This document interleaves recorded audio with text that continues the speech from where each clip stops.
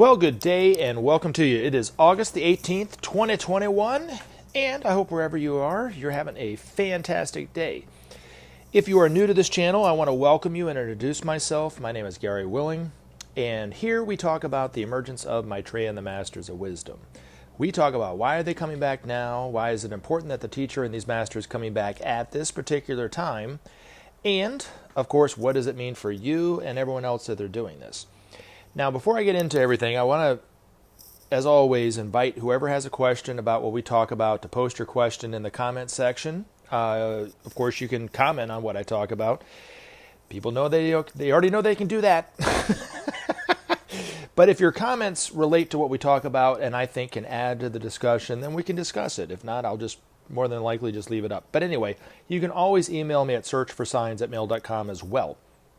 But whether you're new to this information, whether you've listened to this information before and you're quite familiar with what we talk about, I do recommend checking out the links that I provided in the description portion of this video. It gives you more information than I can, especially if you go to the Share International website. And I do recommend checking that out first because I think if you want to know more about this information, if you want to know more about Maitreya and his priorities and what it means and why is he coming back, that is the best place to go find out about it.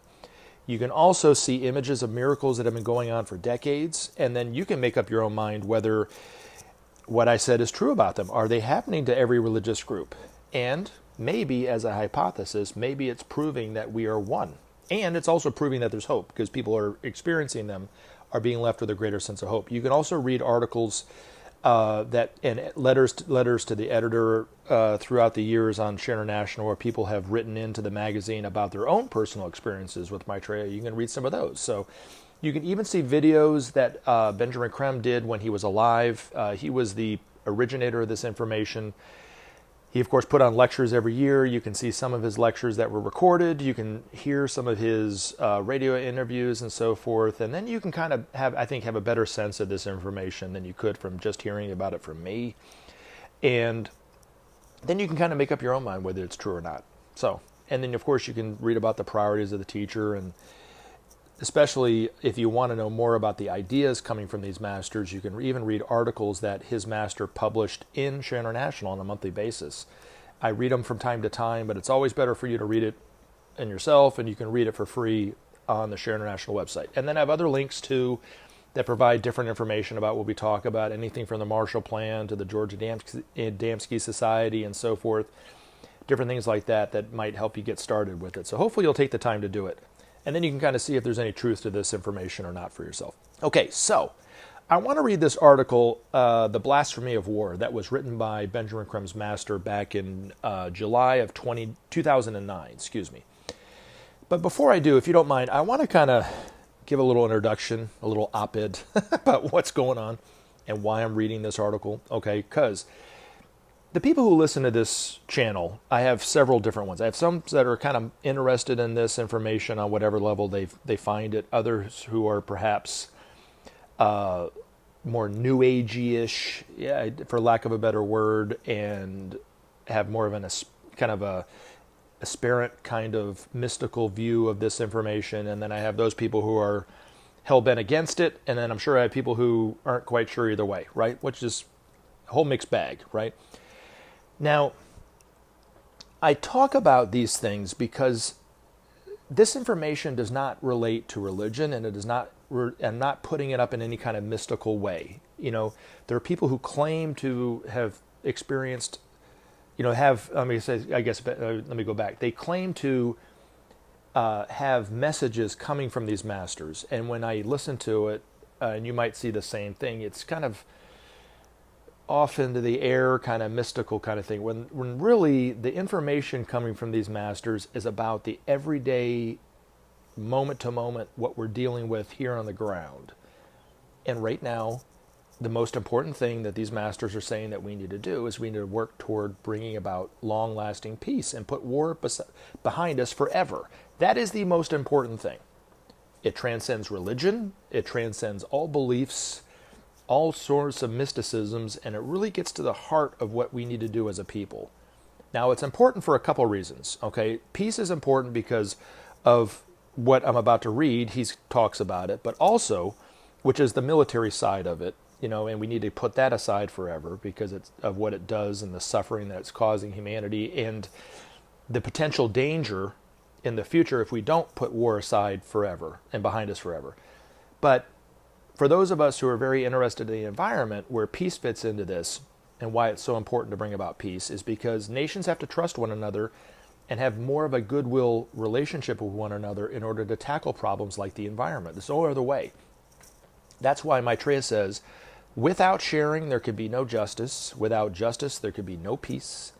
And without peace, there could be no future. So really, it starts with the principle of sharing. We're going to talk about that statement after I bring up the other part of it. Okay, so what's going on in the world today with Afghanistan is an atrocity, but it's to be expected, really. And if you're somebody like me who's followed politics and American policy for decades, this should come as no surprise to you that this is what we're about to see. This is what we're seeing, right? That our chickens are coming home to roost. But if we could go back, okay, and look at, and I want to take the lies and the propaganda that the American government has been putting on its people for decades, but let's just talk about the last 20 years and how it relates to what's going on today, okay? So we can have a kind of a more of a focused look at it versus a broad look at it, right? And see if what that brought about what they said, which is peace, stability, ending of terrorism, and a safer way to live, and all that kind of stuff for both sides, for those living in the Middle East and for those of us in America. That was the promise that George W. Bush made, and the news outlets all put out there, and both sides, Republicans and Democrats, were both saying this, that if we don't go into Iraq, if we don't go into Afghanistan, then it's going to be bad for everybody. So we got to go in there. That's what they said. And George Bush put out the lie that if America was going to do this, it would make it better for them and better for us. That's what he said.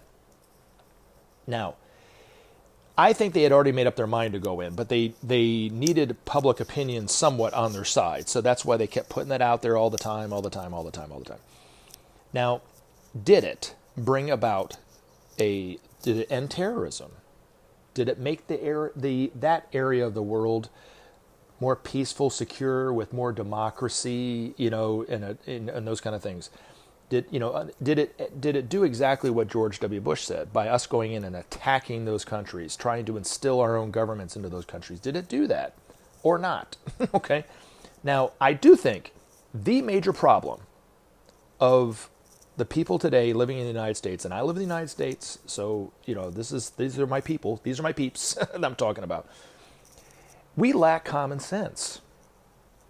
And that's why the governments of the world and the governments of the United States especially can do these and put these lies out there, and we buy it every time because we lack common sense, And for those of us who are against this information, who think Maitreya is nothing but evil and the Antichrist and coming from Satan, let's look at what he said, how he said he's going to, the way that we should create peace by starting the principle of sharing. Let's look at that and look at that historically and see if that created peace.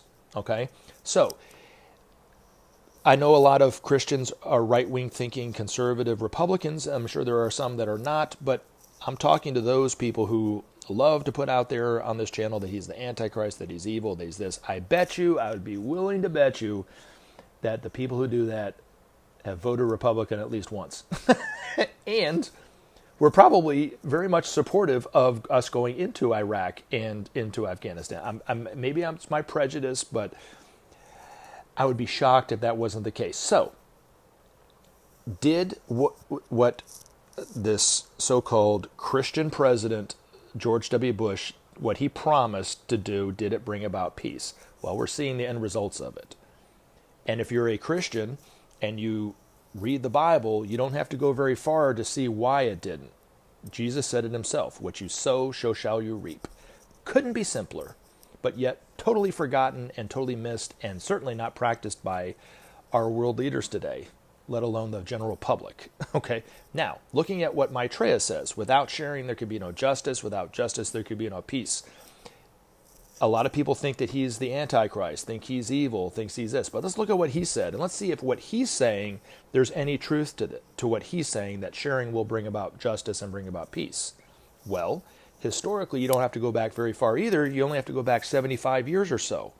Right after World War II, when the United States took it upon themselves to try to stabilize Western Europe, rebuild Western Europe after 2 decades of long war, by giving excesses of what they had freely to Western Europe in order to rebuild Western Europe. It did that. It stabilized the region. There wasn't any terrorism going on. You know, the political regime seemed to stabilize. The people began to rebuild their lives. And as they started to rebuild their lives and their nations, well, then they started to create excesses. They gave it back to the United States. It created an economic boom back in the United States in the 50s. Historical fact. Now, historians will tell you that the Marshall Plan took place. They will tell you why they think the Marshall Plan took place. And I even have a link in the description about this. And you can actually see a YouTube video on, I think it was the History Channel, or Nat Geo, one of the two. It doesn't really matter. And their view of the intention behind the Marshall Plan is different than mine. But let's just say they're true. Let's just say what they're saying is true. They fail to realize that, and they don't see it like this, that the Marshall Plan created peace. The principle of sharing, just as Maitreya says, will bring about justice and bring about peace.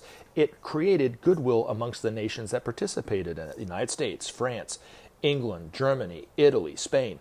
Nations that used to not trust one another, at the very least, who historically, prior to that, had been at war with each other. Everything from the United States and Britain to the France and Britain, Britain and Germany, Germany and France. I mean, it's just there was a history of war and distrust and violence against those nations. But since then, that's not happened. And the principle of sharing stopped 75 years ago. And it hasn't gone on since then. But yet it's created peace this long after that fact. So there's your two, what you sow shall you reaps. There's your evidence of the law of cause and effect par excellence when it comes to foreign policy and how to create peace. But peace is, according to the masters, the most important thing that we need to start to look at and start to do. And when I read this article, he will explain it a lot better than I can about why peace is so important. Now, I do want to say this before I get going in reading this article. At the end, he talks about the religious groups, how some will think he's, of course, the Antichrist, everything that they fear, everything that they loathe, and so forth. But then he says, and this is quite interesting, he said, and I don't want to give it away, but I'm going to read it a little bit because I need to talk about it so you understand it. Where he said, many religious groups around the world have seen and heard Maitreya's words before, albeit in another guise. They will remember the teacher who appeared to them and planted the seeds of sharing and justice in their minds while, and this is also important, endowing their lands with the waters of life from Aquarius. What does he mean by that?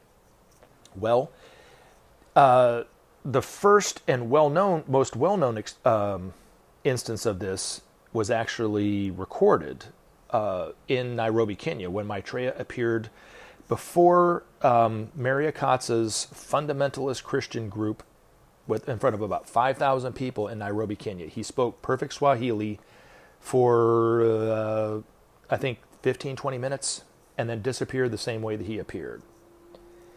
And he did this on a weekly basis all around the world, appearing to all different types of religious faiths, whether it's Catholics, Protestants, Jews, Hindus, Buddhists, those kind of things. And he had a mixed reaction from these groups, but he did it on a nearly weekly basis, all the way up to the point that the United States invaded Iraq for the second time in 2004. Three. So, and that was when it stopped. But up until that point, he was doing it on a weekly basis.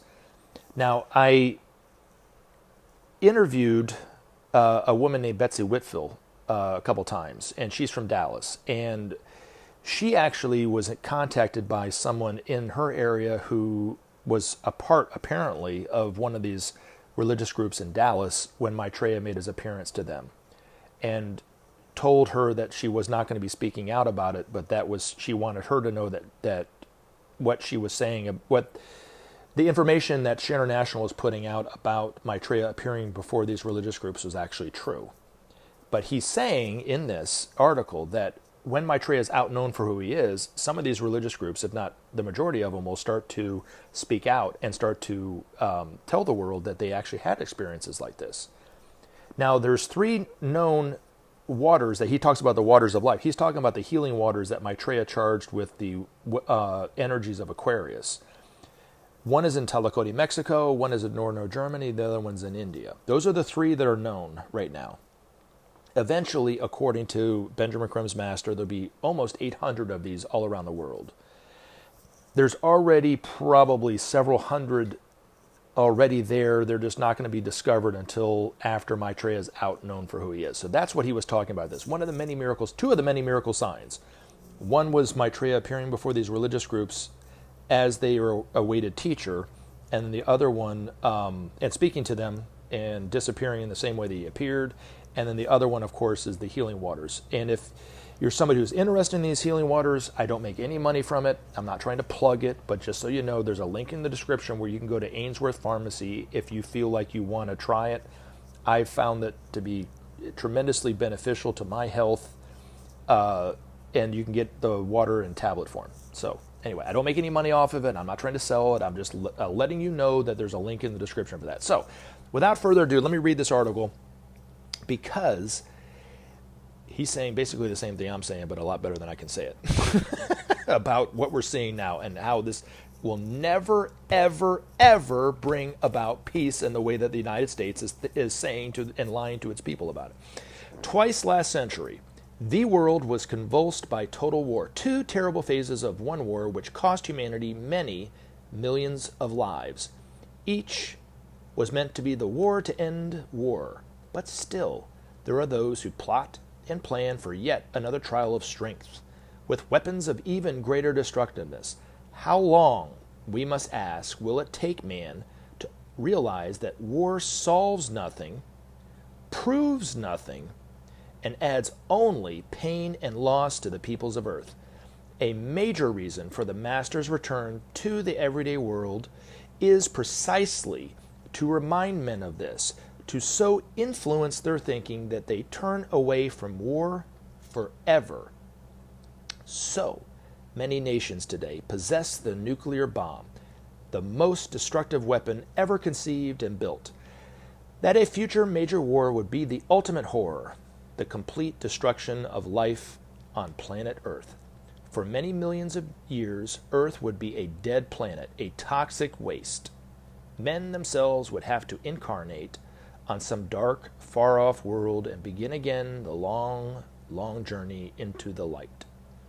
You may be sure that when Maitreya imminently begins his open mission, he will face men with this problem and its outcome and offer his solution and advice. War, he will remind men, is a blasphemy, a detestation and crime against all men, involved or not. War, he will say, must be considered thus if humanity and the lower kingdoms are to survive. Sharing and justice alone, he will say, will ensure the future for men. Strive for unity and cooperation, for men of earth are one. See your brothers as yourself and take the first step into your divinity. Take your brother's need as the measure for your action and solve the problems of the world. There is no other course. Thus will Maitreya speak to the people of earth. Thus will he endeavor to change the direction of their thinking. Will people listen to and act on his advice? Fear and foreboding fill the minds of men. Ancient habits of thought die hard and are loath to change. More and more, however, the problems and privations which accompany the economic collapse of today encourage men to seek new ways of living and turn their thoughts to sharing, to the creation of a more just and generous world. Thus are many ready to respond to Maitreya's words. Many, of course, are not ready to change. Many are content with the present situation, expecting a quote-unquote upturn in the markets before too long. when they will begin again to make money from air for their company and themselves. Many, too, in the religious fields will welcome little the appearance of Maitreya. Bereft of knowledge, clinging to their man-made dogmas, they will find in Maitreya, the Lord of Love, the abomination of evil that they fear. But not all. Many religious groups around the world have seen and heard Maitreya's words before, albeit in another guise. They will remember the teacher who appeared to them and planted the seeds of sharing and justice in their minds, while endowing their lands with the waters of life from Aquarius. Eventually, so great will be the pressure for a better, a fairer, and a safer world that even the most bigoted will add their voices to the clamor for change. Thus will it be. Remember to take action and help SOP save our planet. Thanks for listening, and we look forward to talking to you again in future videos.